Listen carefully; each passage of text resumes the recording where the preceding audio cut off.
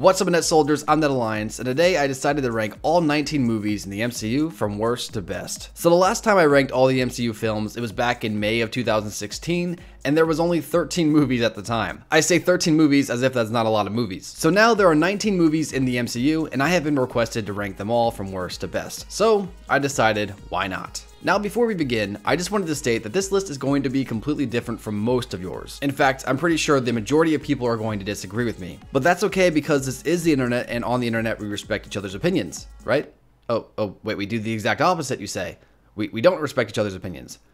Well, here goes something. So let me know how you'd rank all these films in the comments below. Also, I should probably state this, 19 movies is a lot of movies to rank, so I actually downloaded an app that allowed me to rank all these movies in somewhat of a tournament fashion, and so this list is based off the tournament's results. So if you enjoyed this video, please remember to like, subscribe, and turn notifications for more movie ranks. But with that said, let's begin. At number 19, Iron Man 2. Iron Man 2, in my opinion, is the worst Marvel film so far. I mean, not the worst Marvel movie so far, that title belongs to Logan, or Deadpool. Just kidding, I just wanted to wrestle the jimmies. But when it comes to the MCU film specifically, Iron Man 2 is definitely the weakest. And while there is plenty of action and special effects in this film, the story to me feels like more of a cash grab, especially when you take into account the movie's predecessor is considered by many to be one of the best superhero movies ever. Now, when it comes to villains, Marvel has always kind of had a problem with that. And probably the best example of this is Whiplash. He's forgettable and boring. Plus, his motivation is somewhat sketchy and unclear. I think the most frightening thing about the character is that Mickey Rourke, the actor who portrays him, has a scary Botox face, so I guess that's a plus. I also heard his character was supposed to have more development as well, but Marvel decided to cut out those scenes to save on time. So perhaps with more development, the character of Whiplash could have been better, but in the final product, he's just kind of an awful villain. Whatever the case, like I said, Iron Man 2's cash grabby feel is just too prevalent in the film. And I think its jittery story with an incredibly weak villain make it a pale comparison to its predecessor and makes it the weakest MCU film to date, in my opinion. At number 18, I have Iron Man 3.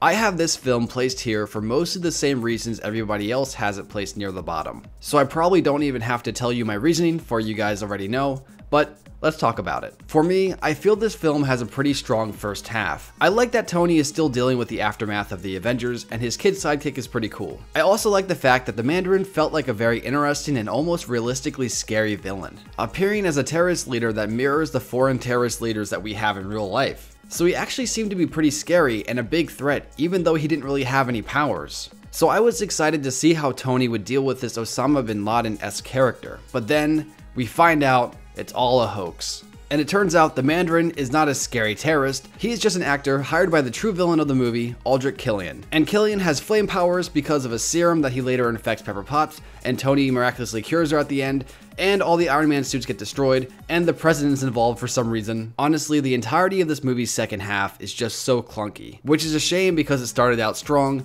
it just ended really, really weak. And honestly, there's not much to say about this film besides that. Starts out strong, ends weak, bad movie. At number 17, I have The Incredible Hulk. The Incredible Hulk movie is interesting because when it first came out, I, along with my 8th grade girlfriend, thought it was meant to be a sequel to the Hulk movie that was made a few years prior. And in a way, it probably could have been. Or it was maybe originally conceived that way. Whatever the case, this Hulk is better than that Hulk.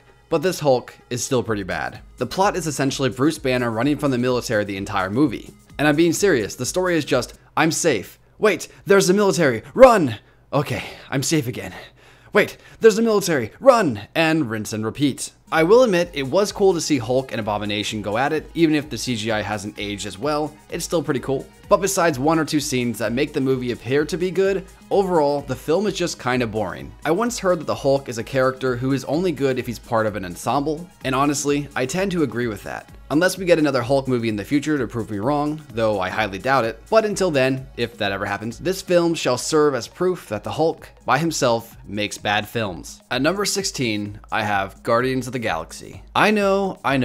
Net, how could you do this to us? You were the chosen one! So why do I have Guardians of the Galaxy so far behind with some of the most hated MCU films? Well, it doesn't really feel like Marvel to me. To me, Marvel was superheroes and supervillains. So when I initially saw the trailers for Guardians of the Galaxy, it made me think of, I don't know, like Star Wars on cocaine? Did I just perfectly describe the Guardians of the Galaxy universe? And although to some, that may be the bee's knees, as the kids say, However, for me, I like my Star Wars and I like my Marvels separate. This isn't to say the film was bad because it is a pretty fun film, but from a Marvel movie perspective, it's just not one of my favorites. And that's why I have it at this spot. At number 15, Thor. I think the first Thor movie was a fine origin story for the Asgardian prince. We get to know Thor and his brother Loki pretty well, and I'm quite fond of the whole fish out of water premise going on with Thor's character. Now, the romance between Thor and Padme, I mean Jane, it's alright, I guess. But I do feel it could have been better. And that's probably the worst part about this film. The entire film just kind of felt like it could have been better. You know, that should just be like the subtitle for this film. You know how it's just Thor? It should have been like, Thor, could have been better. Now, I've heard from some that this film is worse than Iron Man 2, which I highly disagree with. Where Iron Man 2 felt as though it was made because, well, money, the movie Thor feels like it was made to specifically just introduce the character, which you could make the argument, well, it is the first movie, it's supposed to do that, but I think the film spent way too much time just trying to make us understand the character of Thor that it forgot to make the main plot interesting, and it's because of this, it feels safe. And it's not a terrible movie, as I heard other people say, it just feels like the creators played it safe, and unfortunately, you can tell just by watching the film. At number 14, we have Doctor Strange. So, I like this movie. However, it is sort of confusing. I've seen it twice so far, and while the special effects are amazing and the acting is solid, the story just kinda meh. Not that it's necessarily a bad movie, I just feel like the entire film is based on showing how Doctor Strange's powers work, that they kind of forget to write a story in there. But I think that's the idea of Doctor Strange, is that his powers are just really strange. They're cool, they're just strange, and we don't really know what he can do. So while I know this movie was mostly made to kind of introduce the character, I do feel like sequels are going to benefit better because now that we know the character, we can understand him better. However, I do feel that this film was kind of held back because of that. Now, I know a bunch of people who I've talked to who absolutely love the ending with how Doctor Strange pretty much outsmarted the big bad instead of actually fighting him. And although I have to give this movie some points for changing up the usual formula, to me, the scene just felt so unclimactic. Or I guess anticlimactic is the right word. Not that it's a bad ending, it's just kind of a boring ending to a pretty intriguing film. And I guess that's my biggest complaint. The entire film, we watch Doctor Strange get stronger and learn more abilities, and then out of nowhere, it's like all those special abilities he learned kind of just becomes useless, and he just uses the time stone to make the bad guy angry, and then the bad guy just kind of rage quits. And it's just kind of like, why? So for me, it's the fact that we had a ton of buildup for like no payoff at the end that kind of slums this movie down for me. At number 13, AntMan. This movie was a surprise, but a welcome one for sure. I think Paul Rudd did a really good job portraying the character. The villain was weak, but that's just kind of a thing with these movies. Usually the movie is great, but the villain is just underwhelming, and we get the same thing here. Now I must say, this movie was interesting because much like in Doctor Strange, it made you really think in some parts. But instead, where in Doctor Strange, they kind of went a little too far off the rails in trying to make you understand things, I think Ant-Man kept it relatively down to earth with its logic. Still, while it was smart without being too smart, I wasn't a fan of the entire plot. Much like how I mentioned in the first Thor movie, this movie tried so hard to get you invested in the character that the plot kind of took a back seat, but I guess you could probably forgive that for it is an origin story as well. And that's one of the hardest jobs about creating an origin story. You have to find the middle ground between the introduction of the character and the story the character is involved in. But even with the cons, this film is pretty solid and has the best train fight scenes since Spider-Man 2. At number 12, we have Thor: The Dark World. Thor: The Dark World gets so much undeserved hate. Is it the perfect movie? No. But is it the worst movie in the MCU like I hear people say? Heck no. I think Thor 2 starts off fairly strong. Jane is put in peril and Thor must save her. And to do so, he must team up with his brother Loki. And eventually, Thor beats the bad guy. Now take that story synopsis and change Jane to Asgard, and you have the entire plot of Thor Ragnarok. So why does Thor 2 get so much hate while Thor 3 gets regarded as one of the best in the MCU? Well, let me explain my view of things. First off, the villain is meh. Like, really meh. He's there just to be a villain and could have been way better of a character, but unfortunately he was kind of wasted. Second, the ending fight, while it was cool, it was kind of odd and confusing. And instead of sitting back and enjoying the final confrontation between the hero and the villain, you're left sitting there scratching your head wondering what exactly is going on. And so that can kind of take you out of the movie. But for me, the final and biggest thing they did wrong was the mishandling of Loki. Loki's apparent sacrifice in this film was a perfect send-off to the character, in my opinion, sacrificing himself to save his brother Thor. However, at the end, we see he survived, and I'm still kind of against that decision. Don't get me wrong, I love Loki, but I feel like if they were going to kill him off, that was probably the best way to do it. Sending him off in a glorious sacrifice, saving his brother, and redeeming his character. So if they're going to do a redemption sacrifice in the future for Loki, I feel like it will be less impactful. But besides that, I think the movie was fun, and I don't think it deserves as much hate as it gets, even if it is boring here and there. At number 11, we have Thor Ragnarok.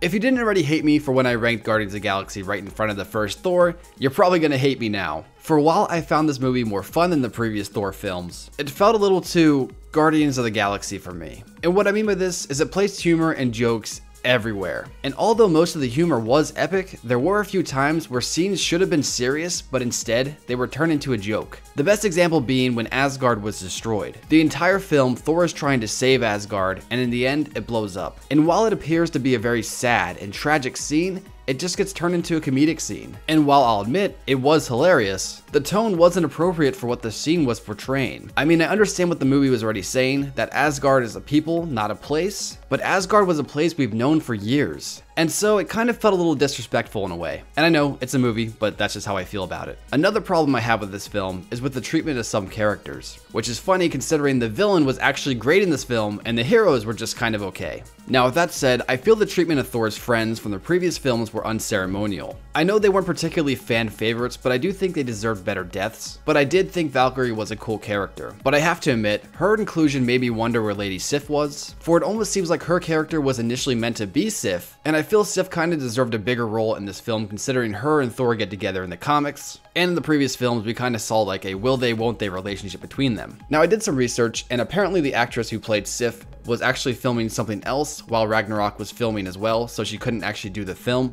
And like I mentioned, although I do like Valkyrie as a character, I can't shake the feeling that she just took the spot that it was initially made for Sif, and I don't know, it just kind of bothers me a little bit. And while the Hulk was cool, my biggest complaint in the entire Thor Ragnarok film was the character of Thor. They really dumbed him down for comedic purposes, and while the humor was funny, like I mentioned before, Thor sort of felt like an entirely different character than previously established, and I really don't like that. Before, Thor was a stoic character with an occasional goofy, behind-the-times quip. But in this film, it feels like they just kind of replaced his personality with a toddler or something. Maybe just like a little kid, I guess. I mean, the opening of the film has him literally talking to a skeleton for no reason. Like, why? But with all my gripes towards this film, I have to admit, this film was fun, and that's the most important part.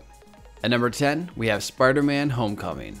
SpiderMan Homecoming is a fun and interesting film. I like the whole master and apprentice thing going on between Tony and Peter, especially considering Tony is probably one of the last people who should be quote-unquote teaching kids. But I like their interactions, and it leaves you wanting to see what happens next with their friendship. I thought Tom Holland was pretty believable in this film, and at no point in this film did I not see him as Peter Parker, so that's good. And that's not the easiest thing for me to do, for Tobey Maguire was my Spider-Man. But I think Tom is doing a pretty good job, and I think he nailed the character. Now for the villain. Once again, probably the weakest part in the film is the Vulture. While I liked Peter and the Vulture's banter, especially when they're in the car and Peter is going to the dance with his daughter, and where I understand his motives, the worst part about him mostly comes from the ending fight. The Vulture legit destroys the entire plane and ruins his own plan. Sure, he wanted to get Spider-Man off his plane, but in doing so, he destroyed the entire plane, and thus destroyed his entire plan. And the thing that bothers me the most about this is that this character isn't like an Abomination type villain, where he would potentially just do things without thinking. The film had established the Vulture as a character who is really smart and calculating, and so I think his character would be able to come up with a solution to either knock Spider-Man off,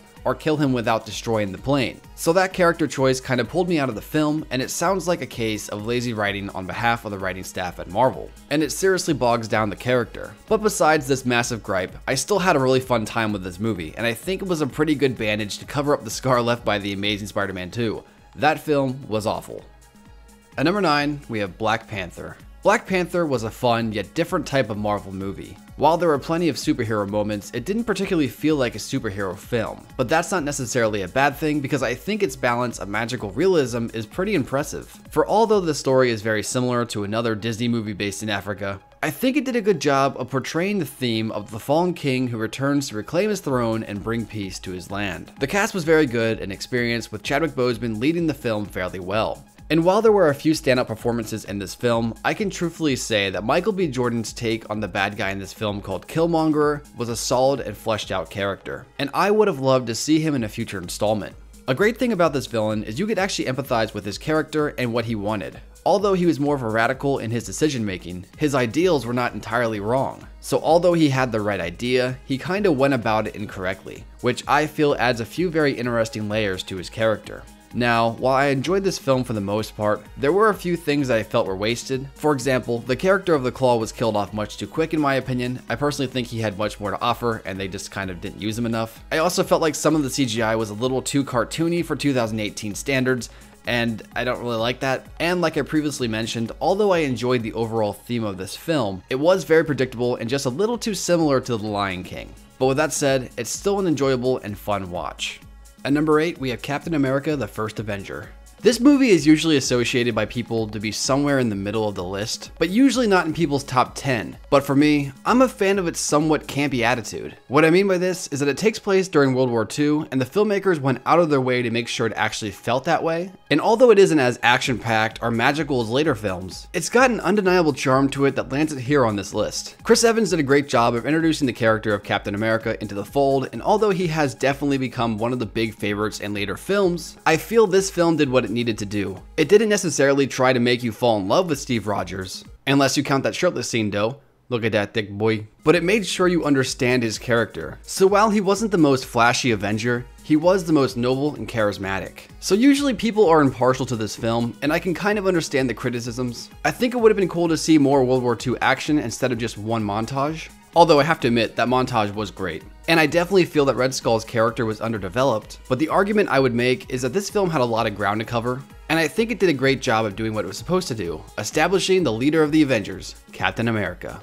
At number 7, we have the Avengers: Infinity War Part 1. This movie is the newest of the MCU so far, so it's entirely possible that this film can go either up or down in my ranking in the next few weeks. But for now at least, I think it was a pretty good movie, which is no easy task considering there were a ton of characters in this film. And I think for the most part, the story did a good job of orchestrating all the separate story arcs to keep the narrative pretty cohesive. And thank the gods they did a pretty good job keeping the comedy in check. And although they did get a little carried away in a few spots, the humor never really overshadowed the tension or emotion in a scene, which in my opinion was one of Thor Ragnarok's biggest problems, so I'm glad to see they kept a good balance. As far as the heroes go, they were all pretty good. We had a few massive character deaths in this film, and for the most part, the characters were written well. However, there was this one part where they almost legit defeated Thanos, but Starlord ended up messing the entire plan up. And I think this scene kind of went against his character. Because although we know he can be a bit of a hothead, when it comes to really serious situations, I don't think Starlord would act the way he was portrayed. And overall, that's a massive hit to his character. But that's really the only fault in character choices I can think of in the movie, or at least a major one to point out. Now for the villain, Thanos. I like Thanos, but I didn't love Thanos. Don't get me wrong, it was cool to see the big bad in the MCU in action, but as far as his character goes, I don't think I can honestly say he was written to his fullest potential. You know, for the last 10 movies, we heard so many things about Thanos and why we should fear him. And although he definitely looks the part, I don't know if I can honestly say I fear him. I mean, sure, he's powerful and dangerous, but I think the movie tried so hard to make us understand his motives that they ended up kind of making him boring,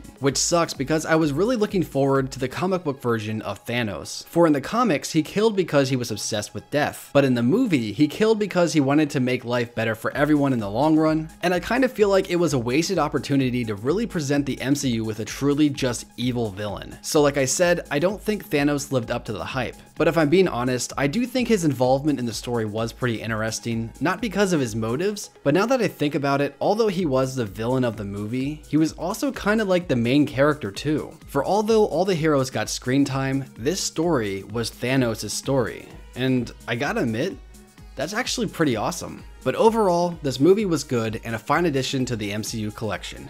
At number 6, we have Captain America: Civil War. Captain America: Civil War is declared by many to be one of, if not the best MCU film to date. It's got action, it's got adventure, and we get to see all of our favorite superheroes fight each other in a scene that seems to be ripped right out of a comic book. And while it's awesome to see Tony and Steve face off, there's one big glaring problem with this movie that a lot of people choose to ignore. I think the villain of the film's plan just kind of relies too much on coincidences and luck. Like the movie tries to play him off as super calculating and precise, but if you take a step back and look at his plan, a lot of it works out because, well, story. Now for some, this isn't that big of an issue, for the rest of the film is thrilling and fun. So if you can suspend your disbelief about the villain's plan in this film, it's a really great watch. But in my opinion, for I'm a writer myself, I can't let Civil War get away with lazy writing, especially when the rest of the movie is so good. And the thing about it is, although it is dumb writing, it makes itself look like it's smart writing, so you don't really think about it. And for the casual viewer, it's fine. But if you know how writing characters and story structure works, you can see right through it. But as I mentioned, if you can look past this part, it is a really fun movie. And of course, as I mentioned earlier, that airport fight scene though. At number 5, we have the Avengers 2, Age of Ultron. Age of Ultron is a good successor to its predecessor, and although it hasn't surpassed the first Avengers movie in overall greatness, I think it's still a good movie. It's good to see the entire squad back together with our heroes trading quips at each other, and I love that. I mentioned this in previous ranked videos, but the nice thing about sequels is that the writers are usually given more free range with their characters, for the original film is mostly there to set up and meet the characters. So when the sequel rolls around, we already know how the characters interact and feel about each other, and so the film can focus more on its plot. And I think for the most part, this movie did a really good job of keeping the story moving. I like Ultron as the main villain, and I thought it was cool that Tony Stark accidentally created him, and then Tony's creation ended up trying to kill everyone. It kind of makes the movie parallel the story of Frankenstein's monster in a way, and I think that's really cool. Now with a few of the pros out of the way, let's talk about some of the cons. First off, I felt Bruce and Black Widow's forced romantic chemistry was kinda odd. Although I understood why it was included from a story element, it just seemed to kinda come out of nowhere. I also feel that Thor's cave story arc was kinda mishandled as well. Instead of it really having any purpose or impact on the current movie, it ends up feeling more like a commercial for a future film, and I wasn't really a fan of that. This may also be because the scene was supposed to be longer with more exposition, but the director decided to cut it down due to time constraints. But whatever the case, like I mentioned, although the movie did not surpass the original, it was a fun and really good film. At number 4, we have Guardians of the Galaxy Volume 2. They say, Brandy, you're a fine girl. What a good wife you would be, such a fine girl. I really enjoyed this movie. Although the soundtrack is great, I think it's a massive step up from its predecessor. And not just the soundtrack, I also mean the movie itself is an upgrade. That's what I meant. I just really love this movie's soundtrack. Now for me, I think there are a ton of reasons for why it surpassed its predecessor. I think the main reason is because the first film was tasked with establishing the characters, so when the sequel rolled around, they were able to just have fun. And it almost feels that way while watching this film. The movie is fun. I think all the characters have improved since Guardians 1, including the character of Nebula, who I absolutely despised in the first movie. I thought Ego was a pretty compelling villain as well, and Mantis was a great addition to the cast. And of course, I'd be remiss if I didn't mention Yondu. He rocks. I love that dude. Now I'll admit, this movie in my opinion is superior to its predecessor in almost every way. I mean, it still has its faults, the best example being the ending fight between Peter and Ego. I know this is purely subjective, but let's be real, this entire list is subjective. I just wasn't a massive fan of the CGI Super Saiyan fight, and while I understand why it happened the way it did, I kinda wish the filmmakers would have been able to find a way to kinda keep it more grounded and real, instead of relying on CGI that looks just kind of okay. But besides that and a few smaller things here and there, this was a really good and enjoyable movie. I would even say this film could steal a sailor from the sea. At number 3, Iron Man. Here we are, the movie that started it all. Iron Man 1. This film is one of the best origin movies I have ever seen. It manages to do the most important thing when it comes to origin films that so many other origin films fail to do.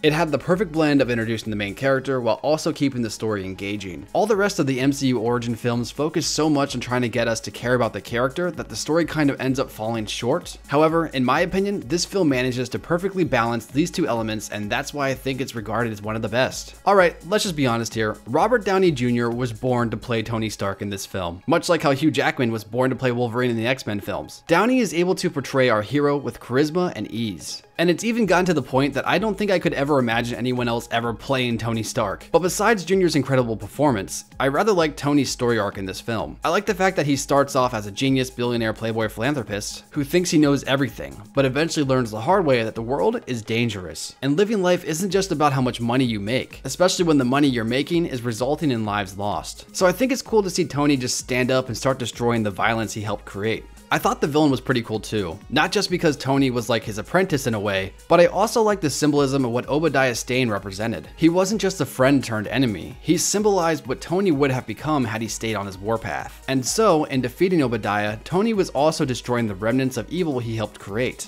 So, in layman terms, Tony defeating Obadiah wasn't just the good guy beating the bad guy. It also represented Tony beating the evil within himself, making him the hero we know and love. And with all this said, there isn't much more to cover. This movie was great when it came out, and it's still great till this day.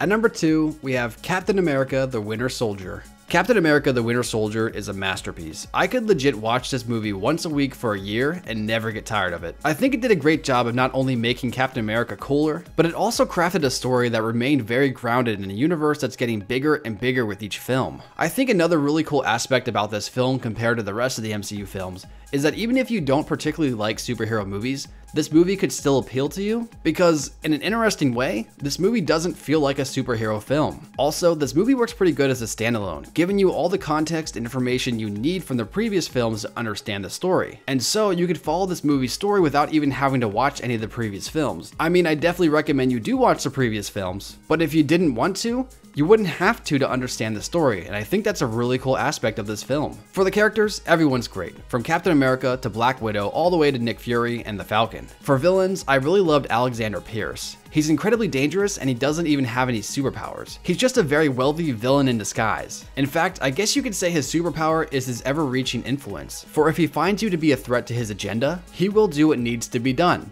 and he will probably kill you, and no one would ever know. And that may be the scariest factor to his character. Sure, he may not have any superpowers and he may not be trying to blow up the earth, but he's an evil, greedy man who will stop at nothing to get what he wants. And the truly scary part about that is that there are actual people who do shady and disgusting stuff like this in real life. And that's what makes Alexander Pierce so frightening, because, quite frankly, someone like Alexander Pierce could actually exist.